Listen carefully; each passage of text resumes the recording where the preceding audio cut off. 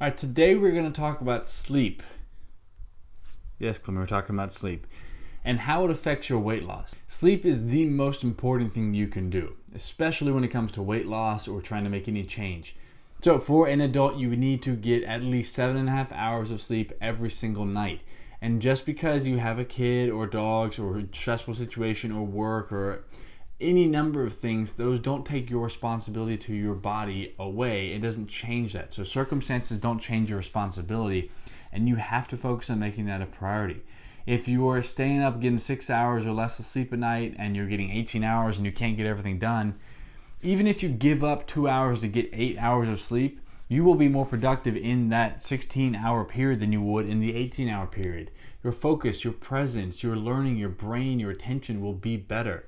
Your energy will be there. Your body naturally produces more energy that recovers you and rejuvenates you the next day. You'll have less cravings. You won't need as much energy from food. So even though it seems counterintuitive to do less, you will do so much more when you make that a priority. All right, so 7.5 hours is an absolute requirement. Make that a priority, even if it means sacrificing other things like TV, social time at night, or waking up early. I would rather you sleep 7.5 hours than wake up an hour and a half early to go work out. When you do sleep, there are 90-minute sleep cycles, so 90 to 120 minutes. These are periods of time where your body and brain go through different phases of sleep. There's phase 1, 2, 3, 4, and REM. So it goes down and then back up. Phases 1 or 2 are the lighter sleep, where you're more likely to be woken up. And phases 3, 4, and the REM sleep are the deep sleep. That's where you process and you dream and you do a lot of the hormone production and healing. There are certain things that require 3, 4 different sleep cycles before those deeper hormone levels are produced. So making consistent quality sleep over a long period at night is incredibly important. So do your best to make that 8 hours in bed a priority, because that will give you the time to fall asleep and get 7.5 of quality hours of sleep every single night. It needs to be consistent. You can't just make up for it on the weekends, because your body takes longer and longer to recoup that. If you can't get sleep for a day or a short period of time, naps are okay. 15 or 20 minutes or less are great power naps to kind of pop you up. But if you don't have 90 minutes for a full sleep cycle, don't fall asleep for more than 20 minutes or your body will kick into that.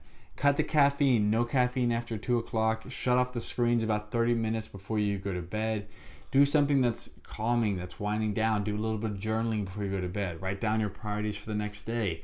Get your teeth brushed, your teeth flossed. Lay out your water, your clothes. Have things that are consistent that get you in the mood to wind down. Late night sugar and high carb meals at night will keep you up as well.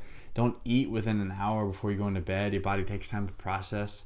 The other thing is cut the alcohol. Even one drink can affect your body's ability to get into those sleep phases. Even though you're not awake, it's a delayed onset of that. So your body is processing that toxin before it can fall into those deeper sleep levels. The last thing we'll talk about is when you do sleep, keep it dark, keep it cooler.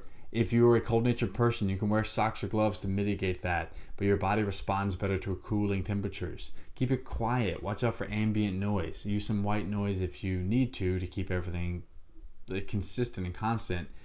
All of these things contribute to a really high quality level of sleep, which then contributes to you healing, growing, and having more energy, which contributes to you having more focus, higher pain tolerance, higher willpower, and higher abilities the next day to plan a process and be the person you need to be. And that is what contributes to long-term success as an individual when you're on a quest for weight loss.